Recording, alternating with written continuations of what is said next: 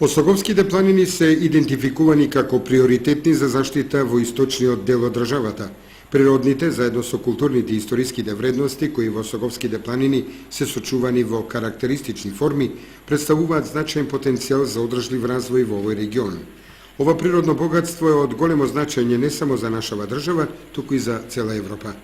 Искористувањето на можностите со кои располага Осоговскиот регион се наметнува како неопходен предизвик за заштита на природните вредности и реткости, како и истовремено овозможување на економски активности кое е можно преку утврдување на намената на поодделни подрачја, односно утврдување на зони.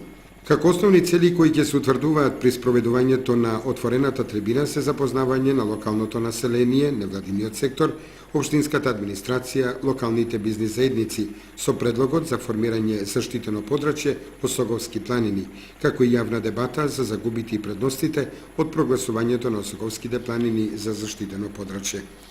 Токму од тука, Министерството за екологија утре во Пробиштип ќе одржи отворена трибина на тема загубите и предностите од прогласувањето на Осоговските планини за заштитено подрачје.